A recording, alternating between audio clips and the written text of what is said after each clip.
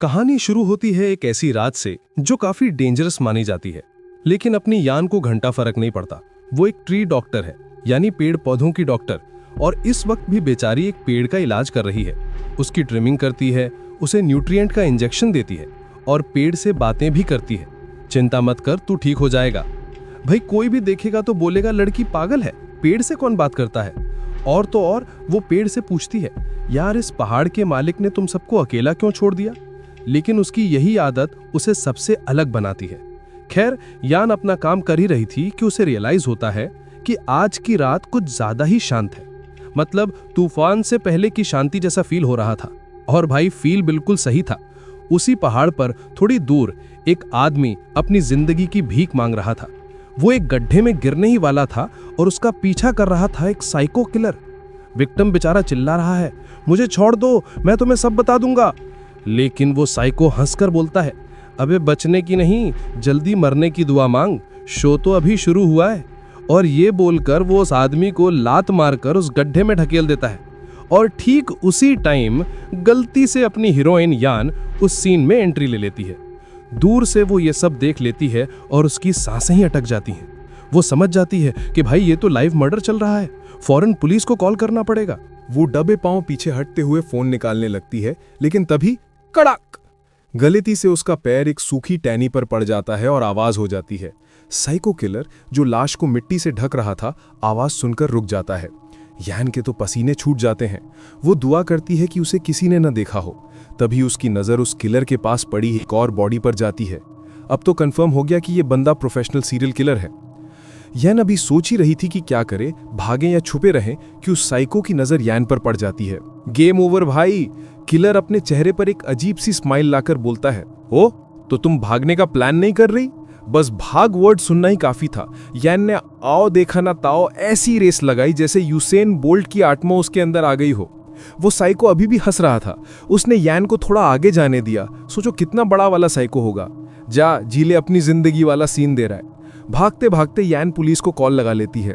लेकिन यहाँ पे ट्विस्ट देखो, पुलिस वाले इस बात पर फोकस करने के बजाय कि लड़की खतरे में है, उससे उल्टे सीधे सवाल पूछने लगते हैं। आपको पक्का पता है कि वो इंसान ही था जिसे दफनाया जा रहा था? अबे ओए, कॉमेडी चल रही है क्या यहाँ? यान बेचारी गुस्से में कहती है, हाँ भाई इंसान ही था, और अपना नाम बताकर अनुरोध करती है कि जल्दी आओ इससे पहले कि मेरी भी बॉडी मिले यहाँ। ऑफिसर कहता है, टीम भेज दी है, लेकिन प्रैंक निकला तो फाइन लगेगा। यान कहती है, फाइन ले लेना, बस आ जाओ। तभी उसकी गर्दन पर कुछ तार स्ट्रिंग्स आकर लिपट जाते हैं। पलटकर देखती है तो सामने वही साइको किलर खड़ा था, हाथ में यान का चेनसॉ यानी आरी पकड़े हुए। वो हंसकर कहता है, तुमने अपनी आरी गिरा दी, अपनी चीजों का ध्यान रखा करो। और आरी उसे थमा देता है। यान को लगता है बस आज तो चैप्टर क्लोज, सारी जिंदगी शांति से गुजारी और अब जब सपने पूरे होने वाले थे तो एक किलर के हाथों मरेगी। लेकिन नहीं, जीने की इच्छा उसके अंदर आग लगा देती है। वो वही चेनसॉ उठाती है और पूरी ताकत से किलर के मुंह पर दे मारती है। मगर व्हाट? किलर को बस हल्की सी खरोच आती है और वो ठीक ठाक खड़ा रहता है। लेकिन उसकी आंखों में गुस्से की जगह डर था। यान समझ नहीं पाती कि ये डर क्यों रहा है। और फिर आता है स्टोरी का सबसे बड़ा प्लॉट ट्विस्ट। जिसे गड्ढे में दफनाया जा रहा था, वो आदमी उठता है, पीछे से आता है और एक बड़ा सा पत्थर उठाकर उस साइको किलर के सर पर दे मारता है। किलर बेचारा फाइट बैक करने की कोशिश करता है पर बेहोश होकर गिर जाता है। यान तो शॉक में है। जिसको विक्टिम समझ रही थी वो तो हीरो निकला। जैसे ही किलर गिरता है, वो आदमी पत्थर फेंककर वहां से 9-2-11 हो जाता है। अब सीन में कौन बचा? अपनी डरी सहमी यान और सामने बेहोश पड़ा एक सीरियल किलर। और दोस्तों, यहीं से असली कहानी शुरू होती है, क्योंकि अगले 2 साल तक ये साइको किलर यान का सीक्रेट पेशेंट बनकर रहने वाला था। 2 साल बाद किलर अभी भी कोमा में है और यान अपनी ट्री डॉक्टर की लाइफ जी रही है। एक स्कूल में प्रिंसिपल को समझा रही है कि उनके स्कूल के पेड़ को कॉन्स्टिपेशन हो गया है, यानी पेड़ को पॉटी की प्रॉब्लम है। प्रिंसिपल बेचारा परेशान होकर चिल्ला रहा है, सीधे सीधे बताओ हुआ क्या है। वो गुस्से में इतना जोर से चिल्लाता है कि आसपास के बच्चे डर जाते हैं। प्रिंसिपल बेचारा सा मुंह बनाकर यान से रिक्वेस्ट कर रहा था कि मैडम, ये पेड़ तो स्कूल की शान है, बच्चों के लिए हरियाली का प्रतीक है, प्लीज इसे बचा लो। और अपनी यान भी पूरे कॉन्फिडेंस से कहती है, आप चिंता मत कीजिए, मैं सब ठीक कर दूंगी। लेकिन उस बुढ़ा के दिमाग में चल रहा था एक मास्टर स्कैम। उसका प्लान था कि वो यान से पहले खूब मेहनत करवाएगा और जब पेड़ ठीक हो जाएंगे तो वो उन्हें फिर से खराब कर देगा। फिर क्या, वो यान पर केस करके अपने पैसे वापस लेगा और उल्टा उससे और पैसे लूट लेगा। सोच देख रहे हो इसकी? ये तो यान की बातें सुन भी नहीं रहा था, बस मन ही मन मुस्कुरा रहा था कि क्या सॉलिड प्लान बनाया है। उसको लगा कि उसने तो पूरा मैदान मार लिया, लेकिन उसे क्या पता था कि वो जिसे बेवकूफ समझ रहा है वो सबकी बाप है। यान अचानक उससे कहती है, प्रिंसिपल सर, आप कुछ छुपा रहे हैं। ये सुनते ही प्रिंसिपल की हवा टाइट हो जाती है। यान कहती है, मैंने सुना है स्कूल में नई बिल्डिंग बनी है। और फिर वो उसको पूरी लिस्ट गिनवाती है कि बिल्डिंग बनाने में क्या क्या मटेरियल यूज हुआ। फिर वो सीधा पॉइंट पर आती है और आरोप लगाती है, आपने बिल्डिंग का सारा बचा हुआ कचरा, सीमेंट, पत्थर सब कुछ इस पेड़ की मिट्टी में मिलाकर दफन कर दिया है ताकि कचरा ठिकाने में पैसे खर्च ना करना पड़े। भाई यान ने तो उसकी पूरी पोल खोल दी। वो कहती है इसी वजह से पेड़ की जड़ें खराब हो रही हैं और उसकी ग्रोथ रुक गई है। प्रिंसिपल अभी भी अनजान बनने की एक्टिंग करता है, पर यान उस पर और जोर डालती है। थोड़े से पैसे बचाने के लिए आपने एक जीते जागते पेड़ को मारने की कोशिश की। मैं अभी सिटी हॉल में रिपोर्ट करती हूं, जितना बचाया है ना उससे डबल भरना पड़ेगा। जैसे ही प्रिंसिपल को समझ आता है कि उसकी चोरी पकड़ी गई, वो यान के पैरों में गिरने को हो जाता है। नहीं मैडम, प्लीज मेरी बात सुनिए। यान पहले तो जाने लगती है, पर फिर सोचती है कि अगर ऐसे खाली हाथ वापस गई तो बॉस से डांट पड़ेगी। तो वो वापस आती है, प्रिंसिपल को अपना कार्ड देती है और एकदम स्वीट सी स्माइल के साथ कहती है, मैं एक डॉक्टर हूं जो पेड़ों की आवाज बनना चाहती है। मैं पेड़ पौधों को बचाने में बेस्ट हूं, लेकिन जरूरत पड़ने पर आप जैसे उनके गार्डियंस को एलिमिनेट करने में भी एक्सपर्ट हूं। भाई साहब, क्या वार्निंग दी है! चेहरे पे स्माइल और बातों में एटम बॉम्ब। प्रिंसिपल की तो बोलती बंद हो जाती है।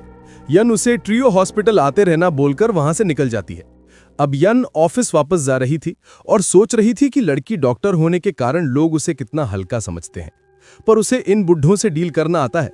वो अपनी ही सोच में गुम थी और तभी फोन बजता है। दूसरी तरफ उसकी बॉस थी और वो भी फुल पैनिक मोड में। बॉस चिल्लाकर कहती है, यन, अगर तू 5 मिनट में यहां नहीं पहुंची तो मैं सेकंड फ्लोर का दरवाजा तोड़ दूंगी। सेकंड फ्लोर, ये सुनते ही यान के पैरों तले जमीन खिसक जाती है, क्योंकि दोस्तों सेकंड फ्लोर पर ही तो उसने उस साइको किलर को छुपा रखा है। वो गाड़ी की स्पीड बढ़ाती है और बॉस को समझाने की कोशिश करती है, अरे वहां से आवाज कैसे आएगी, वो कमरा तो खाली है। लेकिन बॉस उसकी एक नहीं सुनती। वो कहती है, मुझे कोई आवाज आई है और मैंने तो ताला तोड़ने वाले यानी लॉकस्मिथ को भी बुला लिया है। अब तो यान की ऐसी फटी, वो बॉस से अनुरोध करती है, प्लीज बस 3 मिनट दो, मेरे आने तक दरवाजा मत खोलना। फोन कट जाता है। इधर लॉकस्मिथ बॉस से पूछता है, तो मैं ताला तोड़ूं? और बॉस कहती है, हाँ शुरू हो जाओ। भाई रेस अगेंस्ट टाइम शुरू हो चुकी थी। अगर यान 1 सेकंड भी लेट हुई तो उसका सबसे बड़ा राज, वो कोमा में पड़ा किलर, सबके सामने आ जाएगा। इधर लॉकस्मिथ ताले पर काम शुरू करता है, उधर यान रॉकेट की स्पीड से ऑफिस की सीढ़ियां चढ़ रही है। लॉकस्मिथ जैसे ही ताला खोलने वाला होता है, धड़ाम! यान दरवाजे के आगे आकर खड़ी हो जाती है और उसे रोक देती है जस्ट इन टाइम। वो लॉकस्मिथ को पैसे देकर वहां से भगा देती है। उसकी बॉस बहुत गुस्से में थी। इतनी जल्दी कैसे आ गई तू? मुझे देखना था उस कमरे में ऐसा क्या है। यान गुस्से में अपनी बॉस का कॉलर पकड़ती है और याद दिलाती है, मैंने कहा था ना सेकंड फ्लोर ऑफ लिमिट्स है, उसका मालिक कोई और है। लेकिन बॉस उसकी बातों को झड़क देती है, तू हमेशा बहाने बनाती है। मुझे लगता है तूने वहां सोने के बिस्किट यानी गोल्ड बार्स छुपा रखे हैं। चिंता मत कर, मैं चोरी नहीं करूंगी। यान बेचारी क्या करती, वो तो चाहती थी कि कोई इस मुसीबत यानी किलर को उससे चुरा ले जाए, लेकिन अपनी बॉस को सेफ रखने के लिए उसे झूठ बोलना पड़ता है कि कमरा सच में खाली है। यान की बॉस उस खाली कमरे में जाना चाहती है, लेकिन यान उसे अजीब बहाने देकर रोक देती है। सवाल यह है कि यान इतना बड़ा रिस्क क्यों ले रही है? आखिर उस कमरे में ऐसा क्या है कि अगर वो राज खुल गया तो उसकी जिंदगी बर्बाद हो जाएगी? चलो इस क्यों का जवाब ढूंढने के लिए चलते हैं 2 साल पीछे फ्लैशबैक में। ये बात है उस हादसे के ठीक अगले दिन की। यान जब होश में आती है तो वो अपने घर पर नहीं थी, उसके हाथों में हथकड़ी लगी थी और वो एक अजीब सी डरावनी जगह पर बंद थी और उसके ठीक सामने चेयर पर एक आदमी बड़े आराम से बैठा था। यान पहले तो कंफ्यूज हो जाती है। उसे बस इतना याद था कि वो पहाड़ पर थी, लेकिन तभी उसकी नजर आसपास जाती है और उसकी रूह कांप जाती है।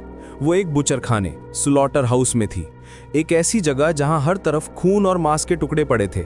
ये मंजर देखकर यान के होश उड़ जाते हैं और वो पैनिक करने लगती है। तब तक शांति से बैठा हुआ आदमी, जिसका नाम था क्वान गिजॉक, आखिरकार अपना मुंह खोलता है। वो यान से पूछता है, तुमने ऐसा क्यों किया? यान डरी हुई थी, उसे कुछ समझ नहीं आ रहा था। तो क्वान साफ साफ कहता है, जिस आदमी को तुमने मारने की कोशिश की वो मेरा छोटा भाई है। ये सुनते ही यान को समझ आ जाता है कि वो कितनी बड़ी मुसीबत में है। मतलब छोटा भाई साइको किलर, तो बड़ा भाई तो उससे भी बड़ा वाला होगा। लेकिन यान चुप नहीं रहती। वो हिम्मत करके कहती है, आपको गलतफहमी हुई है, मैं बस अपना बचाव कर रही थी, आखिरी बार तो मैंने किया भी नहीं था। यान उसे पूरी कहानी बताती है कि कैसे उसका भाई लोगों को मार रहा था और लाशें दफना रहा था। अब सुनो इस बड़े भाई का जवाब। वो एकदम आराम से पूछता है, तो एक आदमी को दफना ही रहा था ना, इसमें इतनी बड़ी बात क्या है? भाई साहब, इसका रिएक्शन देखकर तो यान को कंफर्म हो गया कि ये पूरा खानदान ही अजीब है। क्वान कहता है, मुझे तो बस इस बात से गुस्सा है कि तुम लोगों ने मेरे भाई का फन इंटरप्ट कर दिया। वैसे तुम्हारा मेरे भाई के बारे में क्या ख्याल है? ये कैसा सवाल है भाई? यान बेचारी क्या जवाब देती? वो समझ गई कि इसके सामने लॉजिक और कॉमन सेंस की बातें करना बेकार है। वो फिर से भीख मांगने लगती है, प्लीज मैंने उसे बेहोश नहीं किया, मैं तो बस पेड़ों की देखभाल करने गई थी। अपनी जान बचाने के लिए यान आखिर में चुगली कर देती है। वो कुआन को बता देती है कि उसके भाई को उस आदमी ने पत्थर से मारा था जिसे वो दफनाने जा रहा था। और हाँ, उसने ये भी कन्फेस किया कि उसने सेल्फ डिफेंस में चेन सॉ से अटैक किया था। लेकिन ये बड़ा भाई कुआन भी कोई छोटा मोटा खिलाड़ी नहीं था। वो यान की कहानी में एक झोल पकड़ लेता है। वो कहता है, मेरे भाई के कान बहुत तेज हैं, ये हो ही नहीं सकता कि कोई पीछे से आए और उसे पत्थर से मार दे और उसे पता भी ना चले। यान की तो सारी उम्मीदें टूट जाती हैं। उसे लगता है अब वो यहां से जिंदा नहीं जाएगी। पर तभी जब सारे रास्ते बंद लग रहे थे, ऊपर वाले ने एक दरवाजा खोल दिया। कुआन अचानक जान का नाम लेता है और कहता है, सुनो, मुझे डिटेल्स में कोई इंटरेस्ट नहीं है। मैं चाहूं तो सारा इल्जाम तुम्हारे सर पर डालकर तुम्हें गुनहगार साबित कर सकता हूं। वो आगे कहता है, लेकिन क्योंकि तुम वो आखिरी इंसान थी जिसने मेरे भाई को कोमा में जाने से पहले देखा था, इसलिए इसकी कीमत तुम्हें चुकानी होगी। और फिर वो उसके सामने एक डील रखता है, एक कॉन्ट्रैक्ट। कॉन्ट्रैक्ट ये था कि यान उसके छोटे भाई किलर की देखभाल करेगी जब तक कि क्वान असली गुनहगार, पत्थर मारने वाले को ढूंढ नहीं लेता। और जिस दिन वो गुनहगार मिल जाएगा, क्वान उसे यान की जगह पर ले आएगा। यान के पास और कोई ऑप्शन नहीं था, उसने कॉन्ट्रैक्ट साइन कर दिया। तो इस तरह पिछले 2 साल से यान उस साइको किलर, जिसका नाम हुआन च्यू है, की देखभाल कर रही थी। क्वान इतना पावरफुल था कि उसने एक ही दिन में क्राइम सीन साफ करवा दिया। पुलिस ने उल्टा यान पर झूठी रिपोर्ट का फाइन लगा दिया और यान के घर पर 2nd फ्लोर एक रात में बनवाकर मेडिकल स्टाफ भी लगा दिया। यान समझ गई थी कि अमीर और पावरफुल लोग कुछ भी कर सकते हैं। इसलिए वो हर रोज बस एक ही दुआ मांगती थी, हे भगवान, प्लीज इस हुआन च्यू को कभी होश में मत आने देना। अगर ये सोया रहेगा तभी मेरी लाइफ शांति से चलेगी। लेकिन कहते हैं ना, हर दुआ कबूल नहीं होती। उस रात जब यान हमेशा की तरह च्यू को चेक करने उसके कमरे में जाती है, उसकी नजर च्यू के हाथ पर पड़ती है। उस साइको किलर की उंगली हिलती है। जी हाँ दोस्तों, यान की सबसे बड़ी दुआ अनसुनी रह गई है। किलर के होश में आने का प्रोसेस शुरू हो चुका है। भाई, अब क्या होगा? किलर उठ गया तो यान का क्या हाल करेगा? और क्या यान उसके जागने से पहले उस असली गुनहगार को ढूंढ पाएगी? अगले दिन यान अपने काम में बिजी थी, तभी उसकी बॉस का कॉल आता है। बॉस कहती है, सुनो, सोल लैंडस्केपिंग कंपनी के बेटे को चेकआउट करके आना। यान को लगता है उसकी बुद्धि बॉस को इस उम्र में इश्क हो गया है, तो वो मजाक में कहती है, अरे वो तो आपके पोते की उम्र का है। लेकिन तभी बॉस एक बम फोड़ती है। वो कहती है, अरे वो लड़का मेरे लिए नहीं, तेरे लिए है। वो कोरिया आया है शादी के लिए लड़की ढूंढे और ये हमारे लिए बेस्ट मौका है। यान बेचारी कंफ्यूज हो जाती है, कैसा मौका? तो बॉस पूरा बिजनेस प्लान समझाती है। उनका ट्री हॉस्पिटल घाटे में चल रहा है। उनके कॉम्पिटिटर डोंगू हॉस्पिटल ने सारे क्लाइंट्स चुरा लिए हैं और उनका बिजनेस बस थोड़े बहुत कॉन्ट्रैक्ट्स पर जिंदा है। उन्हें फंडिंग चाहिए। और बॉस का मास्टर प्लान क्या है? यान उस अमीर लड़के से शादी कर ले, प्रॉब्लम सॉल्व्ड। बॉस ने तो हद कर दी, उसने यान के लिए मीटिंग का क्यू नंबर भी ले लिया था। यह सुनकर यान साफ मना कर देती है, मैं कोई गोल्ड डिगर नहीं हूं।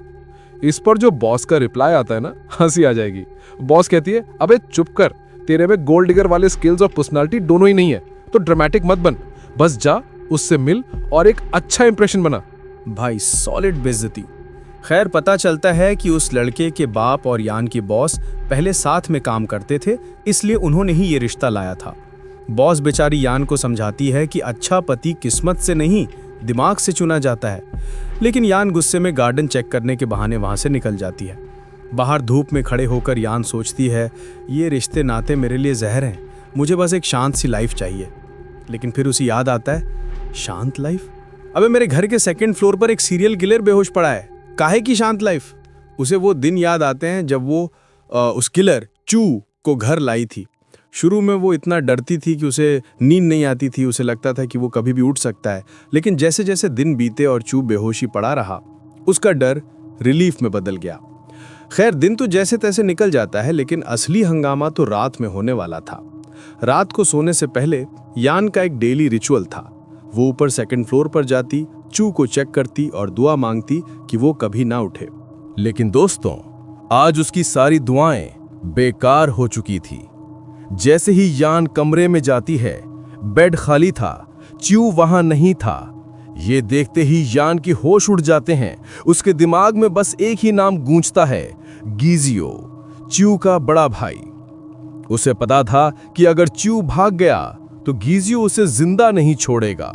वो घबराकर कमरे में दौड़ती है उसे ढूंढने के लिए, और दरवाजे के पीछे चुपचाप वो साइको किलर खड़ा था।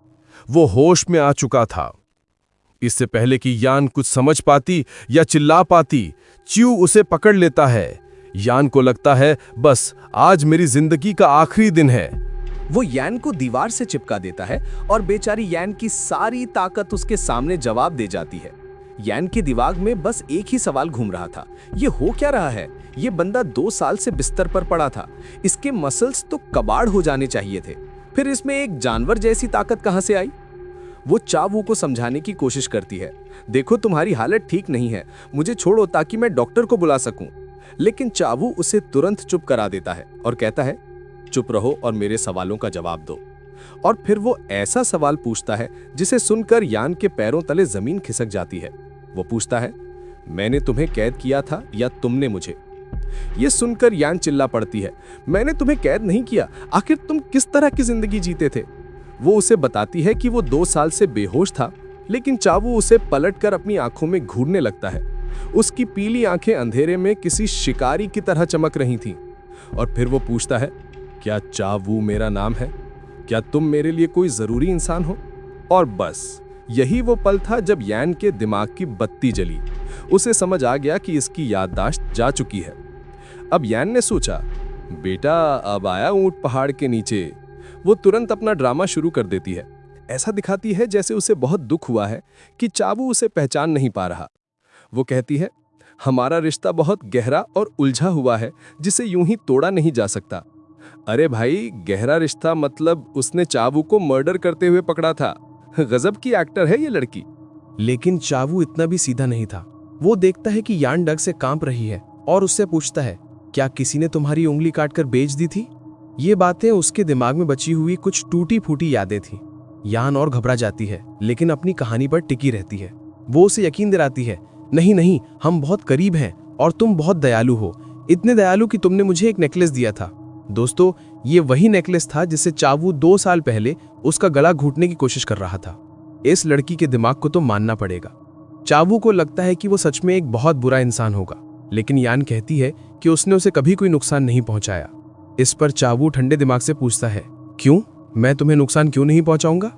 इस सवाल का यान के पास कोई जवाब नहीं था, लेकिन तभी चावू के सिर में तेज दर्द होता है और वो बेहोश होकर गिर पड़ता है।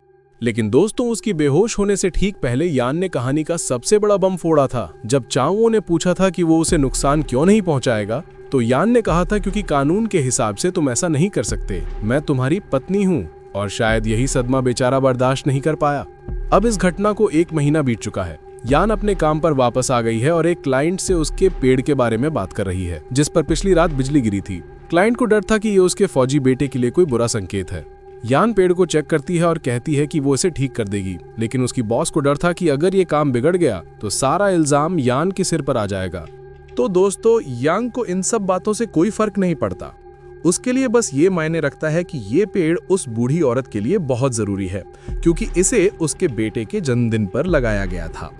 इसी वजह से उसे लगता है कि उन्हें इसे बचाने के लिए हर मुमकिन कोशिश करनी चाहिए। वो अपनी बॉस से पूछती है कि क्या ऑफिस में पेड़ों के लिए कोई दवा है। उसकी बॉस हाँ में जवाब देती है, लेकिन वो कुछ और कहने ही वाली होती है कि तभी यांग को एक कॉल आ जाता है। शायद उसकी बॉस ये बताने वाली थी कि यांग आजकल कितने तनाव में है, लेकिन यांग कॉल उठाने की इजाजत ले लेती है और ये कॉल कहीं और से नहीं बल्कि हॉस्पिटल से था। कॉलर उसे बताता है कि उन्हें नहीं पता कि चावू दोबारा कब जागेगा।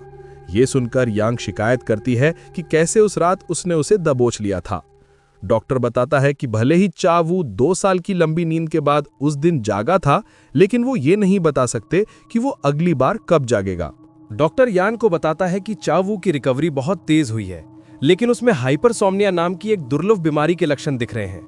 इस बीमारी को स्लीपिंग ब्यूटी डिजीज के नाम से भी जाना जाता है और सारे टेस्ट करने के बावजूद उन्हें इसका कोई साफ कारण नहीं मिल पाया है। उन्होंने ये भी नोटिस किया कि भूलने की बीमारी यानी एमनीजिया के अलावा चावू के दिमाग में कोई और गड़बड़ी नहीं है। डॉक्टर के मुताबिक उन्हें सही डायग्नोसिस के लिए मरीज पर थोड़ी और नजर रखनी होगी। आमतौर पर जब हाइपरसोम्निया का मरीज सोता है तो कोई नहीं जानता कि वो अगली बार कब जागेगा। चावू के लिए यह समय 3 से 5 दिन तक बढ़ गया था, लेकिन अब 12 दिन हो चुके हैं और वो नहीं जागा है। फोन रखने से पहले यान डॉक्टर से कंफर्म करती है, तो आप कह रहे हैं कि आपको नहीं पता वो कब जागेगा? डॉक्टर हाँ कहता है और ये सुनते ही यान राहत की एक लंबी सांस लेती है। वो खुशी खुशी डॉक्टर को धन्यवाद देती है और उन्हें और मेहनत करने के लिए कहती है, लेकिन यान की आवाज का टोन सुनकर डॉक्टर हैरान रह जाता है। जब यान वापस आती है तो वो उन औरतों से इंतजार करवाने के लिए माफी मांगती है और पूरे जोश के साथ उस पेड़ को बचाने की कसम खाती है। उसके शब्द उस बूढ़ी औरत को उम्मीद देते हैं और उसकी बॉस को भी पता चल जाता है कि यान ने अपनी परेशानियां सुलझा ली हैं। दूसरी तरफ डॉक्टर अभी भी यान के जवाब से हैरान था। उसे लगता है कि यान ने ऐसा इसलिए किया क्योंकि वो बहुत ज्यादा स्ट्रेस में है और उसकी भावनाएं अस्थिर हैं। तभी डॉक्टर को याद आता है कि वो ये बताना तो भूल ही गया कि स्लीपिंग ब्यूटी डिजीज के साथ अजीब व्यवहार, ज्यादा खाना, गुस्सा और हाइपरसेक्सुअलिटी जैसे साइड इफेक्ट्स भी आते हैं। लेकिन वो उसे वापस कॉल करने के बजाय ये सोचकर बात को टाल देता है कि जब पता ही नहीं कि चावू कब जागेगा तो बाद में बता देगा। लंच पर जाते हुए डॉक्टर गिजियो के बारे में सोचता है कि वो अपने छोटे भाई के लिए कितना परेशान होगा। अगर उसके बस में होता तो वो चावू को बेहतर सुविधाओं वाले एक बड़े हॉस्पिटल में शिफ्ट कर देते। लेकिन जो भी हो, अभी तो चावू को वापस यान के घर ले जाया जा रहा है। डॉक्टर के लिए ज़रूरी बात बस अपना पैसा लेना और जो कहा गया है वो करना है। लेकिन एक बात डॉक्टर को परेशान कर रही थी। जब चावू जागा था तो वो बार बार दोहरा रहा था, प्लीज़ मत जागो, जो सच में बहुत अजीब था। तो दोस्तों, डॉक्टर से बात हुए कुछ दिन बीत चुके हैं। एक और आम सी रात है और यान घर पर है। सोने से पहले उसे चावू को चेक करना है। उसे चावू के साथ फंसे हुए 2 साल हो गए हैं, लेकिन इस वक्त वो बहुत शुक्रगुजार है क्योंकि अब वो चीज़ों को अपने फ़ायदे के लिए इस्तेमाल कर सकती है। ऐसा इसलिए क्योंकि 1 महीने पहले उसने चावू से झूठ बोला था कि वो उसकी पत्नी है। ये एक बहुत बड़ा झूठ था जिसका उसे कुछ समय के लिए पछतावा भी हुआ। लेकिन अब जब वो शख्स बेहोश है जिससे उसे डर लगता है और किसी को नहीं पता कि वो कब जागेगा, तो उसे लगता है कि उसके पास अपनी गड़बड़ी को ठीक करने का मौका है। उसके लिए ये किसी चमत्कार से कम नहीं है। आज ही उसे हॉस्पिटल से डिस्चार्ज करके वापस यान के घर लाया गया था, इसलिए वो बस उसे चेक करना चाहती है। लेकिन उसकी हैरानी का ठिकाना नहीं रहता जब वो देखती है कि चावू बिस्तर पर नहीं है। उसके गायब होने से यान मन ही मन उसे कोसती है। वो उसे ढूंढने के लिए सड़क पर भागती है। वो जानती है कि उसकी हालत ठीक नहीं है, इसलिए वो ज्यादा दूर नहीं गया होगा। लेकिन पूरी जगह छान मारने के बाद भी जब वो उसे नहीं ढूंढ पाती तो वो सोचने लगती है कि अगर वो उसे नहीं मिली तो उसका क्या होगा। पिछली रात के ड्रामे के बाद यान की सुबह और भी ज्यादा खौफनाक होने वाली थी। जैसे ही उसकी नजरें जमीन पर पड़े खून के एक लंबे निशान पर पड़ती हैं, एक पल के लिए उसकी धड़कनें ही रुक जाती हैं। कांपते हुए दिल से जब वो उस निशान का पीछा करती है तो सामने का नजारा देखकर उसके होश उड़ जाते हैं। सामने चावू खड़ा था और उसके हाथ में था एक मरा हुआ मुर्गा जिसे उसने बेरहमी से मार डाला था। उसकी आंखों में एक अजीब सी ठंडक और जंगलीपन था जिसे देखकर यान के कदम अपने आप पीछे हटने लगते हैं। लेकिन भागने से पहले वो खुद को संभालती है और सोचती है कि इस मुसीबत को वापस घर कैसे ले जाया जाए। हिम्मत जुटाकर यान उससे पूछती है, तुम यहां बाहर क्या कर रहे हो? तुम तो ठीक से चल भी नहीं सकते। फिर वो उसे मुर्गा नीचे रखने को कहती है, लेकिन चावू की तरफ से कोई जवाब नहीं आता। जब यान थोड़ा और जोर देती है तो उसे एहसास होता है कि चावू ने उस मुर्गे को अपने दांतों से फाड़ा है। ये देखकर उसे घिन आने लगती है और वो उल्टी करने ही वाली होती है कि तभी चावू की आवाज आती है।